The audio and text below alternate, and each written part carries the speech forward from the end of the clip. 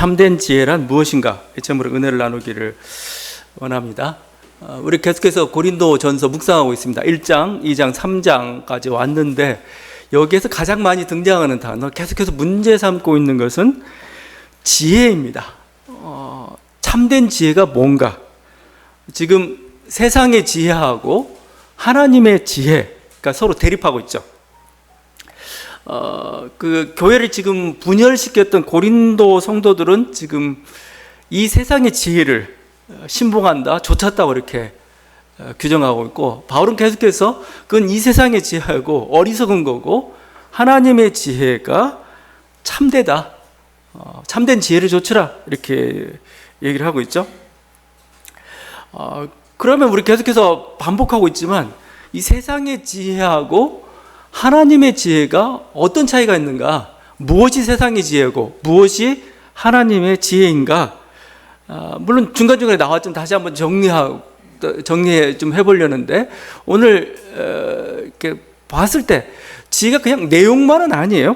일단 내용면에 보면 이런 거죠. 바울이 참된 지혜라고 얘기했을 때는 다른 게 아니고 십자가의 도죠. 십자가의 도. 한마디로 그냥 십자가의 도라고 이렇게 얘기했습니다. 낮아지고 희생하고 또 고난받고 패배하는 게 바로 십자가인데, 바로 그 십자가가 도라는 건 뭡니까? 여기에 참 생명이 있다, 진짜 지혜다 이게. 왜냐하면 실제적으로 십자가를 통해서 하나님이 세상을 살렸어요. 사람을 살렸습니다. 십자가의 길을 똑같이 걸었던 바울을 통해서 고린도 교회가 만들어졌고 또 든든히 섰던 거지. 결과를 보게 됐을 때 결국 참 지혜로운 길이 되었던 겁니다. 반면에 세상의 지혜는 뭐냐? 세상의 지혜는 세상에 있는 그런 어떤 화려함을 추구하는 거죠. 영광을 추구하는 거고 승리를 추구하는 거고, 그냥 영광의 신학이라고 이렇게 얘기할 수가 있어요. 근데 그 결과는 뭐였느냐? 그 결과는 분열이었습니다. 오히려 인간을 자랑하고 갈라지고 뭐 서열이 생기고 이런 거였던 거죠. 그래서 그것을 어리석다 표현하고 있습니다. 이것뿐만 아니고 바울은 빌립보서에서도 또 얘기하죠. 뭐가 참된 지혜냐 했을 때 예수님처럼 낮아지는 것, 비우는 것, 죽기까지 순종하고 이렇게 헌신하는 것, 희생하는 것, 우리가 그걸 케노시스 기독론이라고 하죠. 그게 거기에 참된 지혜고 그게 우리가 가야 될 길이다 이렇게 얘기합니다. 반면에 세상의 지혜는 뭡니까? 높아지려 하죠. 강해지려 하고 채우려 하고, 그죠? 그게 바로 세상의 지혜의 모습이다, 그죠? 복음서에서 예수님 또 그런 얘기했죠. 낮아지는 것, 섬기는 것, 모든 사람의 종이 되는 것, 이게 희생의 신앙이죠. 이게 참된 길이다. 진짜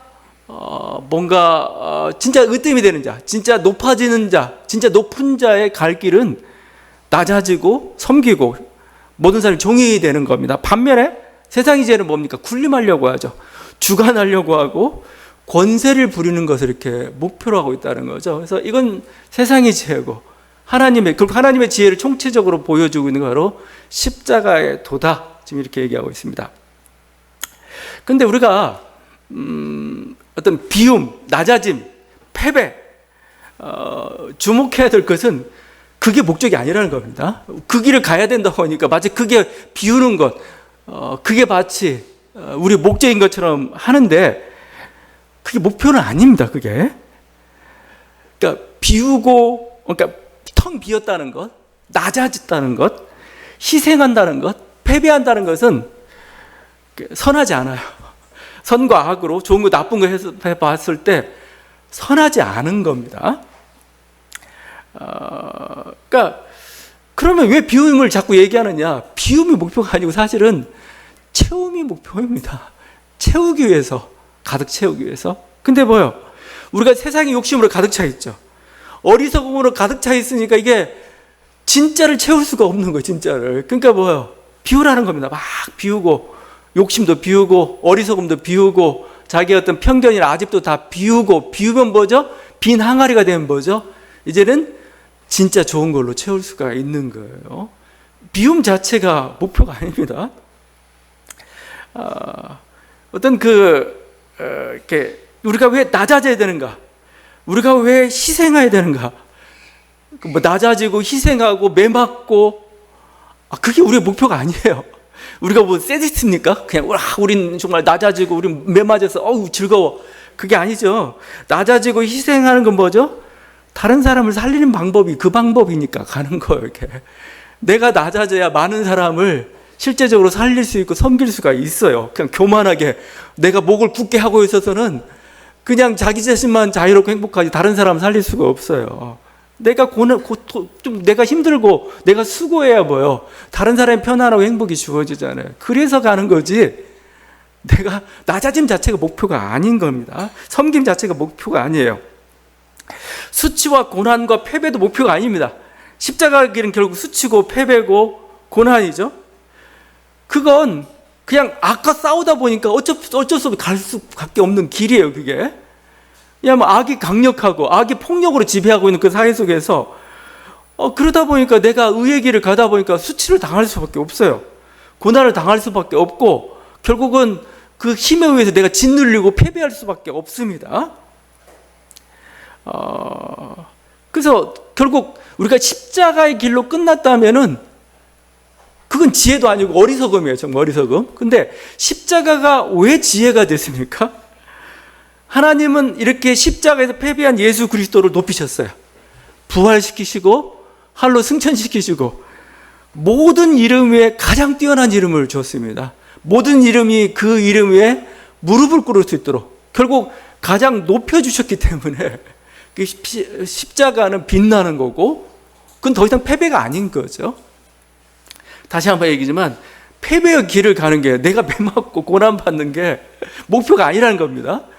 그래서 그 인도 보면 인도의 도를 깨닫기 위해서 요가생들이 별짓을 다 하죠. 얼핏 저번에 TV를 보니까 거기에 또 자기를 고행하는 방법으로 이 판파를 평생을 들고 사는 사람이 있어요. 빼빼 말라가지고. 그러면 이게 왜 한팔 내가 이게 목표냐? 아니에요. 왜 비우는지를 아셔야 되죠. 왜 이게 비웁니까? 육체의 모든 욕구를 끊음으로써 뭐죠? 내가 진정한 영원한 생명을 얻기 위한 그거잖아요. 채우려는 게 사실은 목표가 있는 거 아니겠어요?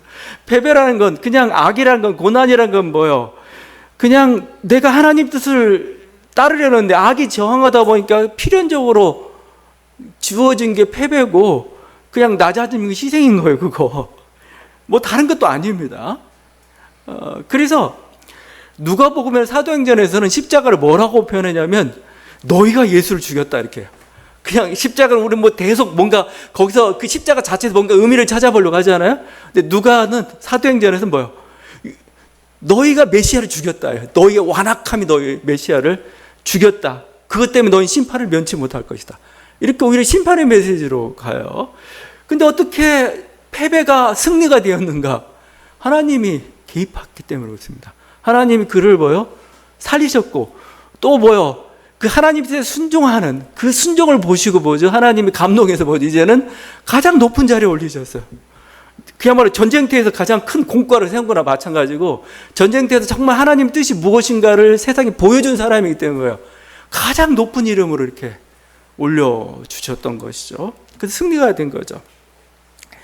자, 다시 한번 얘기지만 희생하고 패배하고 낮아지는 것 자체가 목적이 아니고 오히려 그것은 높아지기 위한 겁니다. 사실은요. 높아짐을 그렇게 되는 거죠. 하나님의 지혜가 참된 지혜인 이유는 뭐냐? 저는 최종적으로 하나님이 그 지혜가 참되도록 만들기 때문에 그래요. 만들기 때문에. 하나님의 힘이 개입하기 때문에 그런 겁니다.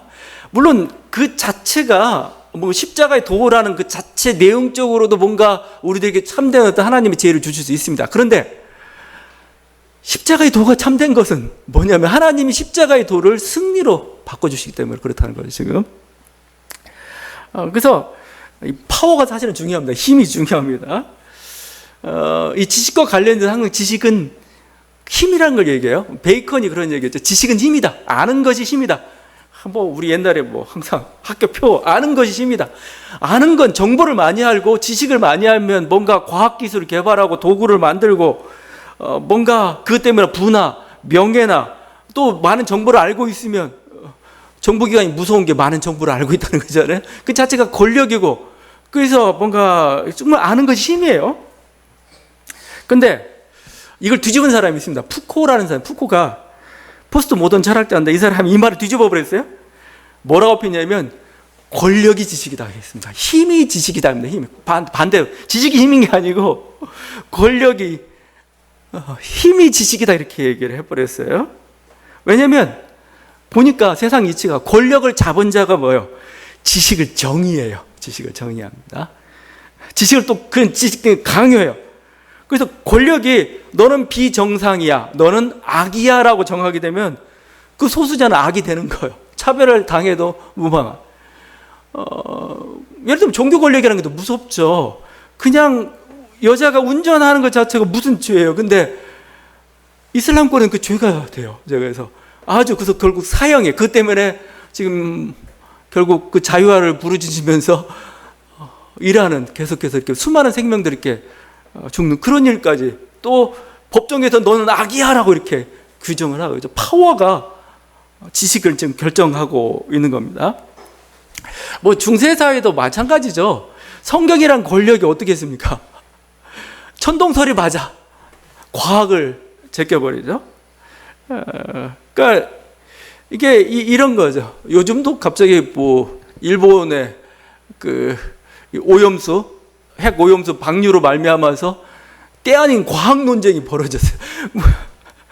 그걸 약간 동조하고 있는 세력들은 과학적이냐라고 물어봐요. 그래서 갑자기 웬 과학?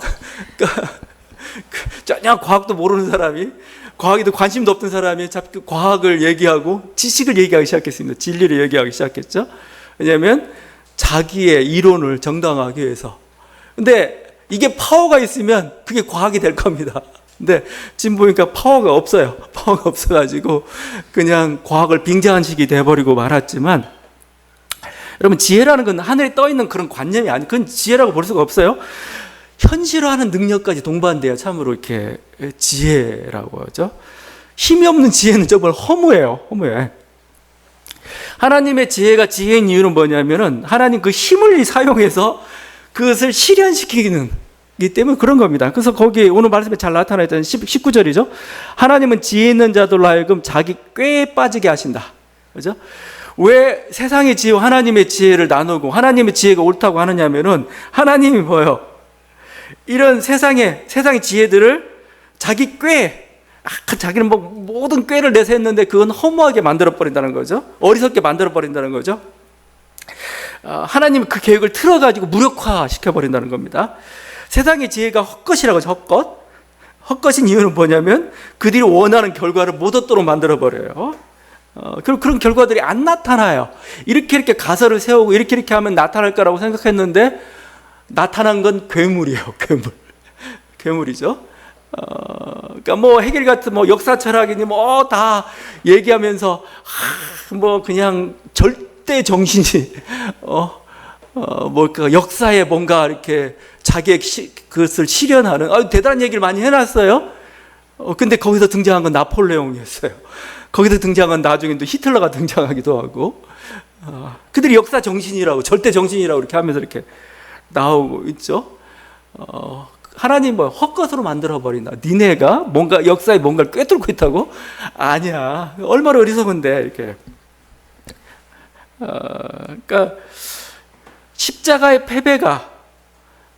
분명 패배입니다. 그것을 승리로 바꾼 하나님이셨습니다. 하나님이 없다면 아무것도 소용이 없어요. 하나님의 개입이 없다면 십자가는 가장 비참한 패배에 불과했을 거라는 겁니다.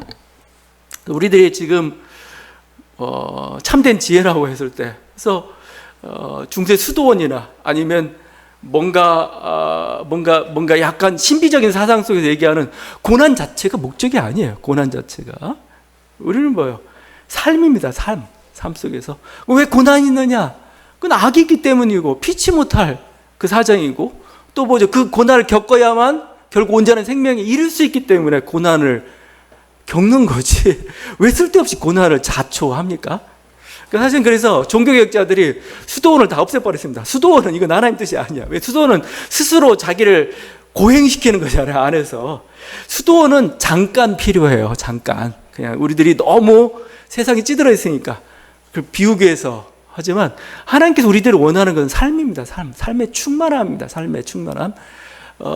요즘 이제 새로운 어떤 그 선교 신학 속에서 계속 얘기하는 것 중에 하나가, 목표 중에 하나가 생명의 충만함입니다.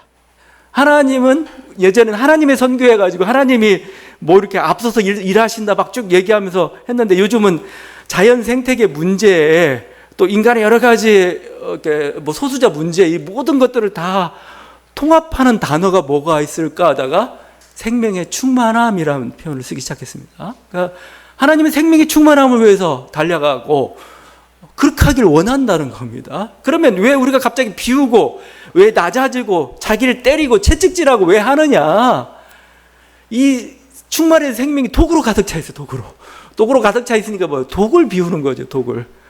그래서 다시 진정한 생명을 채우는 겁니다. 그래서 기도하는 것이 어떤 지혜입니다. 기도하는 것이. 왜? 기도할 때 뭐예요? 하늘이 움직이니까, 하늘이 감동하니까, 그죠? 어떤 세상의 권력이나 세상의 어떤 논리보다는 하나님의 뜻에 순종하는 것이 지혜고, 그게 필요합니다. 왜냐하면 그럴 때 하늘이 감동하고, 하늘이 뭐예요? 그래서 그것을 성취시키기 때문에 그런 것이죠. 지금 바울은 우리들이 참된 지혜가 뭐냐 이거죠. 왜 지혜가 필요한가를 지금 계속 말씀하고 있습니다. 여기 또 밑에 말씀을 아래 말씀을 보다 보면은 자기 자신을 아는 것 또한 지혜입니다. 내가 누군지, 내가 소유한 게 무엇인지, 내가 어떤 사람인지, 내가 어느 주인지를 아는 것도 사실은 정말 가장 중요한 지혜죠. 그게 특별히 지금 사도 바울 우리들에게 너희가 너희 인생이라는 무대의 주인공이다 지금 얘기하고 있어요. 이걸 좀 알아라라고 얘기하고 있어요. 21절 22절입니다. 누구든지 사람을 자랑하지 말라. 만물이 다 너희 것임이라. 바울이나 아볼로나 게바나 세계나 생명이나 사망이나 지금 것이나 장래 것이나 다 너희의 것이. 대단한 선언이죠. 만물이 다 너희 거랍니다. 그러면서 예를 들어준 게 바울이나 아볼로나 게바나 세계나, 바울로나 아볼로나 게바는 사람이죠. 세계나 생명이나 사망이나, 이건 뭔가 뭔가 권력 같은, 어둠의 권력 같은, 세계 어떤 권력 같은 그런 것들을 보여줍니다. 그 모든 것들도. 그다음에 지금 것이나 장래 것이나, 지금 것이나 장래 것이나, 이게 운명이죠, 여러분. 뭐 이건 부활 생명 되겠지만 하여튼 모든 운명도 다 너의 것이다, 너를 위해서 있다라고 이렇게 얘기하고 있어요. 그래서 너를 위해서 있는, 왜 사람 자랑하냐는 거예요.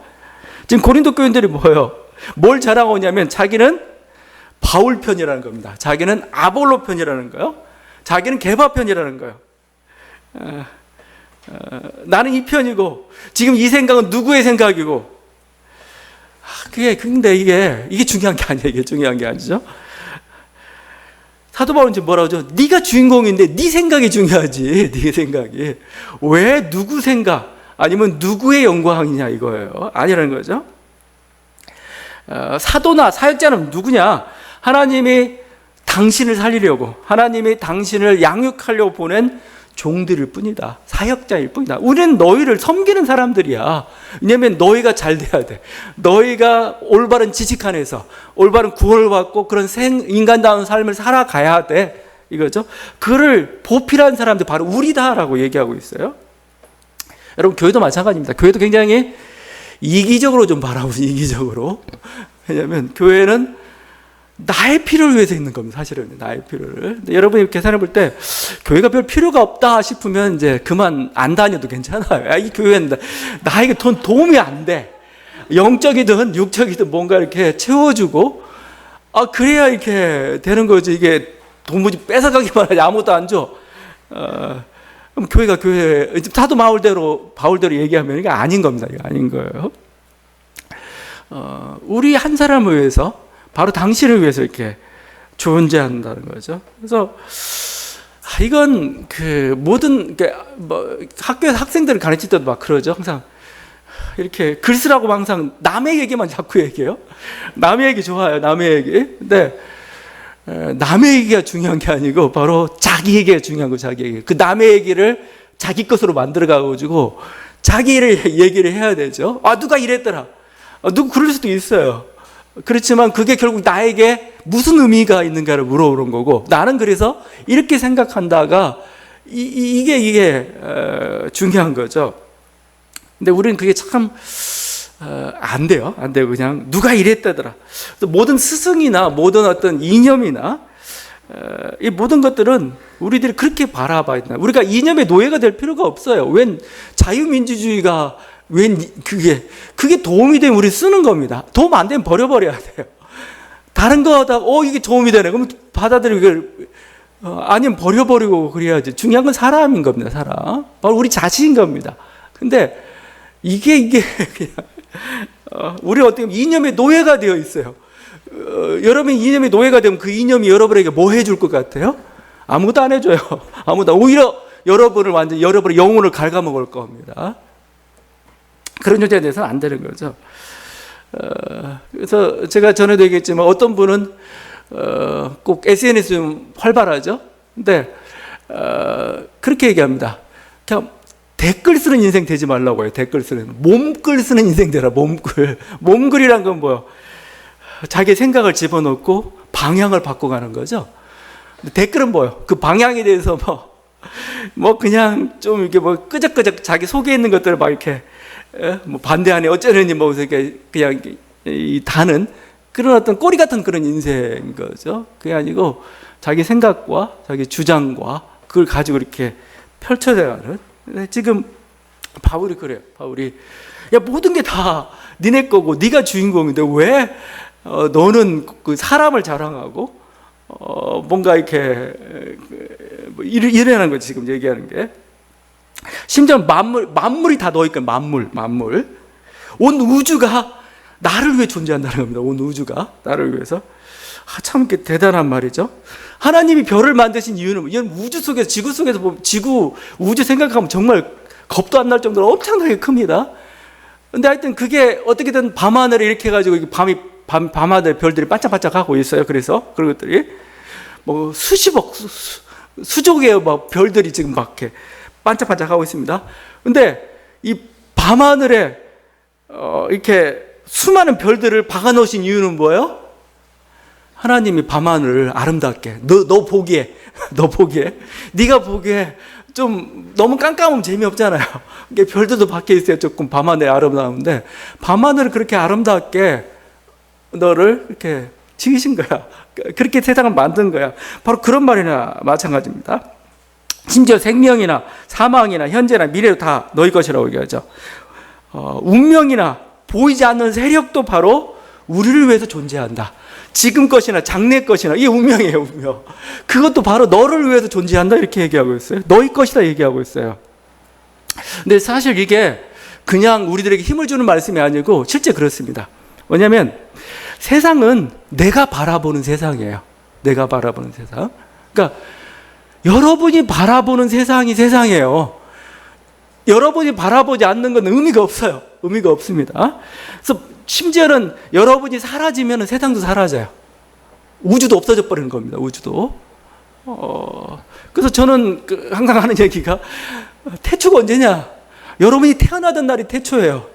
종말이 언제냐? 우주에서. 여러분이 죽는 날이 종말이에요. 왜냐하면 여러분의 생각이 없으면 여러분이 바라보는 그 시각이 없으면 우주는 더 이상 아무 의미가 없어요. 아무 의미가 없고 그냥 자연일 뿐인 겁니다. 그래서 사실은 주인공이에요. 여러분의 시각이라는 게 없으면은 세상은 존재하지 않습니다. 짐 캐리가 주연한 그 영화 중에 트루먼 쇼라고 있습니다. 굉장히 좀 인기 있었던 그 영화인데, 이 트루먼이라는 사람이 어느 도시에 살고 있는데 그 도시는 알고 보면은 세트장입니다. 하나의 세트장, 연극하듯이 영화 세트장 같은 곳입니다. 근데 트루먼이라는 사람은 자기가 영화 세트장에 있는 그 사람인 걸 몰라요. 지금 하나의 배우처럼 역할을 하고 있는 걸 몰라요. 그래서 어린 시절부터 성인이 되어서 직장을 갖고 사랑을 나누고 이 모든 게 하나의 트루먼의 인생인데 그 트루먼의 인생들을 전 세계 사람들이 지켜보고 있어요. 카메라를 다 설치해가지고 지금 이렇게 보고 있는 겁니다. 트루먼은 이 사실을 모른 채 이제 일상적인 삶들을 살고 있죠. 하늘에 심지어 태양도 바다도 바다에 일어난 파도도 전부 다 얘를 위해서 만든 세트에 불과해요. 여러 가지 사건들을 일으키기 위해서 이웃 주민도 심지어 아픈 과거까지도 연극 세트와 같은 겁니다. 그래서 사람들은 그걸 지켜보고 있는 겁니다. 결국 트루먼이 나중에 이 사실을 알아요. 그리고 이제 그 도시를 떠나죠. 떠나는데 그 떠나기 전 단계였죠. 우리 인생을 한번 그렇게 볼 수 있는 건 아니냐 이거예요. 우리 인생을 정말 내가 주인공입니다. 내가 나는 일상적인 일들 하고 있는데 그 도시의 시장이 주인공이 아니에요. 바로 나예요. 나. 그 시청에도 근무하고 있는 나. 어떤 직장에 말단 사원을 일하고 있는 내가 주인공입니다. 사실은요. 카메라는 나를 향하고 있습니다. 그냥 겉보기에는 그냥 시장이고 높은 사람이 주인공이지만 그렇지 않죠. 내 인생이라는 무대 속에서는 내가 주인공입니다. 요즘 이제 영화나 드라마 같은데 그런 거 많이 하죠. 뭐 시간 여행도 하기도 하고 타임슬립도 하기도 하고 뭔가 이렇게 새로운 어떤 이렇게 우리의 선택에 따라서 다중우주론 해가지고 새로운 인생들이 이렇게 펼쳐져 가고 그것도 참 재밌을 것 같아요. 다중우주론이 결국 뭐예요? 여러 개의 우주가 있는데 내가 지금 하고 있는 선택에 의해서 하나의 세계가 열립니다. 영화 같은 데는 뭐죠? 선택 한번 바꿔봐요. 그럼 또 다른 세계가 이렇게 열리고 그냥 영화적인 상상력이고 그렇지만 초점은 있죠. 내가 주인공입니다. 내가 주인공. 그 세계에서 내가 주인공, 나의 결정, 나의 모든 게 그만큼 중요하다는 겁니다. 왜냐하면 너무 이 현대사회, 자본주의 사회가 인간을 소외시켜요. 인간 주체성을 망가시키는 거죠. 안에 기계의 한 부분처럼 만들어버렸을 때 인간은 그 자신의 의미됨을 상실해버리고 말죠.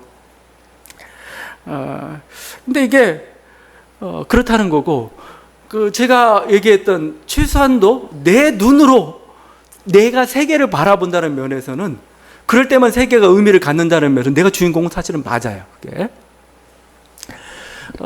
하이데거의 실존 철학이 위대했던 게 바로 그거였어요.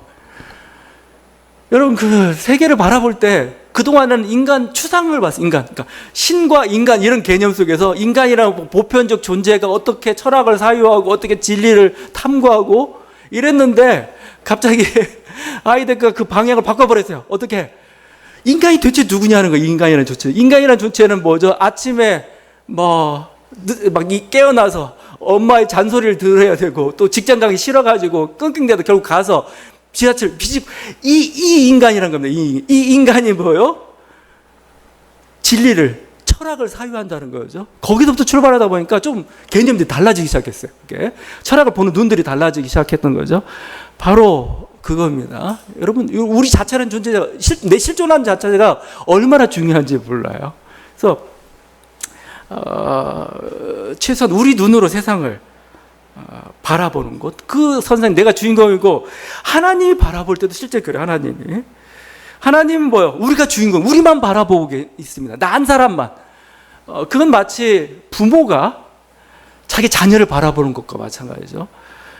부모가 유치원에서 수많은 아이들이 있지만 거기서 제일 공부 잘하는 애 바라보는 것도 아니고 가장 잘생긴 애 바라보는 것도 아니고 자기 자녀만 보죠. 자기 딸, 자기 아들 어디 있나, 어떻게 살고 있나 그 보죠. 하나님이 우리를 바라보는 것도 똑같다는 겁니다. 하나님이 바로 나를 보고 있어요. 나를 보고 있고 내가 어떻게 이렇게 행동하는가 주목하고 있다는 겁니다. 굉장히 관심을 갖고 있다는 겁니다. 이게 우리가 그 모든 것이 내 중심으로 이게 너무 좀 뭔가 착각이나 망상으로 빠질 수 있을 정도인데 뭐 여러분 정도면 안 빠질 것 같아요. 그냥 그 정도는 안 빠집니다. 여러분들이 더 필요한 것은 내가 주인공이라는 의식은 필요해요. 이렇게 과다망상에 사로잡힌 사람들은 좀 자제시켜야 되겠지만 우리 교인들이나 아니면 우리 한국 사회 대부분은 과대망상 빠진 사람은 몇 명 빼고 없어요. 대통령 빼고 몇 명 없는 것 같아요. 그냥 전부 다 자기들 너무 주눅들어 살고 있는 것 같아요. 지금. 그 중국 이태백의 시 중에 이런 구절이 여러분 잘 아는 거 있습니다. 술을 마시다 취해 텅 빈 산에 누우면 하늘은 이불이 되고 땅은 베개가 될 것이다. 유명한 말이죠. 하늘은 이불이고 땅은 베개. 어떻게 보면 굉장히 자유자적한, 뭐 세상의 소유, 명예 이런 게 흔들리지 않고 그 모든 게 아주 거기서 자유로운 그런 모습입니다. 근데 여러분, 이게 이 정신이 술 취할 때만 그러지 말고 평소에도 그래. 평소에도 다 모든 건 다 내가 중심이고 다 내 거야. 내 거야. 나의 필요를 위해서 있는 하나의 세트와 같은 거야. 그러죠? 그래서 이렇게 가는 거죠. 그렇기 때문에 만약 이런 장신을 가지고 있다면 사람의 말에 휘둘리지 않습니다. 밥 줄 때문에 이렇게 연연하지 않습니다. 다 모든 게 내 건데 내가 뭐 이것 때문에. 그러니까 사도 바울의 저는 이 정신이 바로 여기서부터 나왔다고. 모든 게 다 만물이 다 우리를 위해서 존재한다. 만물이 다 우리 거다. 이게 그 빌립보서 4장 11 유명한 고백이죠. 나는 비전에 처할 줄도 알고 풍부에 처할 줄도 알아. 모든 일 곧 배부름과 배고픔과 풍부와 궁핍에도 처할 줄 아는 일치의 비결을 배웠다. 이거죠. 비천, 풍부, 배부름, 배고픔, 풍부와 궁핍, 그 모든 것에서 어떤 일치의 비결. 왜냐하면 모든 것이 하나님 거예요. 그리고 모든 만물은 나를 위해서 존재를 해요. 그래서 하나님이 내 필요에 의해서 내가 원할 때는 주시는 거고, 아니면 안 주시면 또 다른 뜻이 있는 거고, 이런 느낌으로 바라보는 거죠.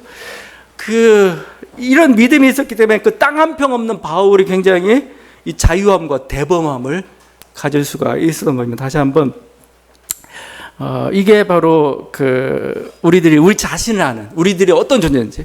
또 하나 우리들이 알아야 될 것은 내가 누구에게 소속됐는지, 그게 참된 지혜죠. 거기 우리는 그리스도의 소유라고 하죠. 23절입니다. 너희는 그리스도의 것이요 그리스도는 하나님의 것이다. 그리스도의 것이다. 우리는 그리스도의 소유다 이거죠. 그리스도의 소유.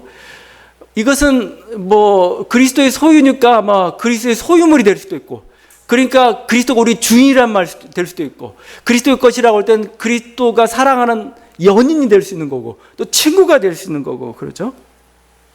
여러분, 이게 홀로 서고 홀로 앞장서서 이끈다는 굉장히 힘들어요. 그래서 제일 편한 자리가 사실은 2인자의 자리일 것 같아요. 제 2인자. 적당히 권력도 누리면서 이렇게 부담감도 좀 덜한. 종이 참 편합니다, 사실은요. 그러니까 종이.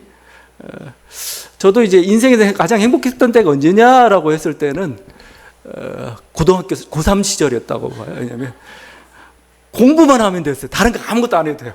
공부하면 단순해요. 단순한데 거기에 매여 살면은 행복합니다. 근데 뭔가 선택해야 되는 순간 갑자기 막 복잡해지고 막 힘들어지는데, 그죠? 근데 그것처럼 종이 행복한데 지금 우리가 그리스도의 것이라는 겁니다. 우린 그리스도 종입니다. 종. 이게 사실 행복하고, 물론 종이라고 하면 사람들은 굉장히 싫어하죠. 니체가 제일 싫어했어요.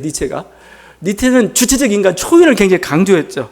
그러면서 그 유명한 말을 합니다. 역사상에서 유일한 크리스찬은 예수밖에 없다고 얘기해요. 왜냐하면 예수만이 가장 주체적 인간으로 살아가기 때문에 그렇습니다. 근데 이 사람에게 있어서 사도 바울은 적그리스도와 마찬가지였어요. 왜냐하면 인간이 가진 모든 주체성을 다 망각하고 그리스도를 신으로 만들고 그 신에게 굴복시켜버린, 아주 모든 인간을 비주체적으로 만들어버린 아주 적그리스도와 같은 존재가 바로 이 사도 바울이죠.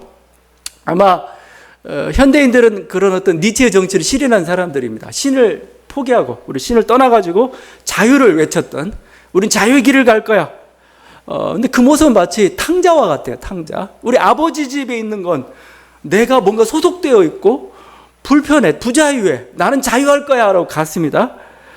근데 정작 그렇게 자유함을 찾아서 신을 버리고 떠난 사람들이 무엇을 택하기 시작했느냐? 우상을 택하기 시작했어요. 우상. 신 대신 택한 게 우상이에요. 이념도 우상입니다. 이념. 우리들이 제일 좋아하는 만몬이라는 우상이죠. 어떤 일이 될 수도 있습니다. 지식이 될 수도 있습니다. 명예가 될 수도 있고, 사람이 될 수도 있고, 자녀가 될 수도 있고, 민족이 될 수도 있습니다. 그 모든 게 다 그냥 따져보면 신과 비교하면 우상과 같은 거죠. 그 우상과 같은 것들이 이제 우리의 주인이 되었어요. 우리 주인이. 그래가지고, 그럼 우리 인간이 굉장히 품격이 높아졌느냐? 품격이 높아지는 게 아니고 마치 탕자처럼 돼지 쥐염열매를 먹어야 되는 것처럼 아주 비참하고 뭔가 누추한 존재들이 돼버리고 말았어요. 막 돼지 우리에서 그냥 어떻게 보면 꿀꿀대고 사는 그런 존재들, 아주 비루한 인간이 되고 말았죠. 저는 그래서 인간이라는 존재가 어차피 뭔가 유한한 존재이기 때문에 뭔가 자기를 매는 게 없으면 살 수가 없어요. 인간이라는 존재는. 그래서 이념이나 민족을 숭상하는 사람도 어느 정도 이해가 가요. 왜냐하면 그게 자기 의미를 가져다 주거든요. 근데 저는 이렇게 만약에 뭐 돈을 만물을 추구하는 것도 마찬가지죠. 그렇다면 어차피 뭔가를 주인으로 삼아야 될 거라면은 그 주인이 누구냐가 중요합니다. 주인이 권력이 세고 고상할수록 우리는 더 행복한 겁니다. 더 자유로운 겁니다. 근데 지금 그리스도는 우리가 생각하는 그냥 어떤 종교의 교주, 어떤 기독교라는 특정 종파의 교주, 뭐 하나의 어떤 쉽게 따지면 우상, 이런 어떤 그런 존재가 아니에요. 그런 존재가 아니에요. 우리가 신이라고 할 땐 신 안에 뭐가 다 담겨져 있습니까? 거기에는 진리가 담겨져 있습니다. 모든 생명이 담겨져 있습니다. 모든 지혜와 지식의 보화가 거기에 담겨져 있다고 얘기합니다. 모든 사랑이고 모든 비움이다, 모든 충만함이 다 담겨져 있는 게 바로 그리스도라는 겁니다. 그리스도라는 거. 어떻게, 그러니까 그건 진리라고 부르고 요한복음 그냥 로고스라고 부를 수밖에 없는, 그냥 하나의 인격체고 하나의 어떤 특정 종파의 교주라고 생각하기에는 그런 존재가 아니에요. 민족보다 큰 존재입니다. 이념보다 더 큰 존재고 만몬보다 더 큰 존재죠. 그런 존재를 우리의 주인으로, 우리가 그분에 소속된 존재라는 거죠. 그래서 더 고상한 것을 우리들이 목표할수록, 고상한 것의 노예가 될수록, 뭐죠? 고상한 것의 종이 될수록 뭐요? 우리도 더 자유해집니다. 더 자유해지고, 더 관대해지고, 더 멋있어져요, 쉽게. 하늘을 품은 자는 굉장히 자유롭죠. 여러분, 그리스도를 많이 소유할수록 우리는 자유로워집니다. 마치 왕의 노예와 그 비천한 아주 그 실각한 어떤 그런 양반의 노예 차이가 있죠. 왕의 노예는 권세가 다르죠, 이게. 여러분, 우리가 섬기는 것들이 고귀할수록 종의 자유는 더 커지는 겁니다. 우리가 그리스도의 것이면 우리는 그리스도가 우리 주인이죠. 그리스도가 우리의 연인이며 우리의 친구입니다. 그분이 우리의 주인이기 때문에 그분은 사랑하면은 모든 것을 책임지려 하죠.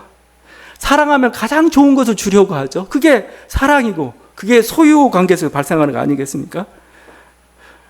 그래서 사랑하는 자가 존엄함을 잃으면은 그것도 싫어요. 그래서 예수 그리스도는 우리를 어떻게든 존엄하게 만들 겁니다. 가장 멋진 사람이 되기를 원하죠. 사랑하는 사람한테 그렇게 하는 거고 자기 소유는 그렇게 아름답게 가꾸고 싶은 거예요. 그리스도는 능력이기 때문에 또 그렇게 만들 겁니다. 우리가 그리스도의 소유라면은, 그리스도가 우리의 주인이고 우리의 왕이라면 우리는 더 이상 고루하게 살려고 하지 않죠. 왜냐하면 우리가 섬기는 분이 보통 분이 아니에요. 신이에요, 신. 모든 진리에 총화한데 우리는 그 모습을 닮으려고 노력을 하겠죠. 그분의 뜻에 맞춰 살려고 노력하고 그리스도가 기대하는 어떤 품위 있는 인간이 되려고 노력할 겁니다. 그리고 그분이 가장 우리가 사랑하기 때문에 그분이 가장 소중히 여기는 거 우리 또한 또 소중히 여길 겁니다. 우리가 사람을 사랑하기보다 오히려 이제는 사람을 자랑하기보다는 우리가 그리스도를 자랑하는 그런 사람이 될 겁니다. 다시 한번 우리가 어떤 존재인지, 우리가 모시고 있는, 우리가 주인을 섬기는 분이 어떤 분인지를 아는 것, 그게 참된 지혜이고 거기서부터 우리의 삶의 행복과 능력이 나타나는 그 은혜가 있는 저와 여러분 되길 바랍니다. 기도하시겠습니다.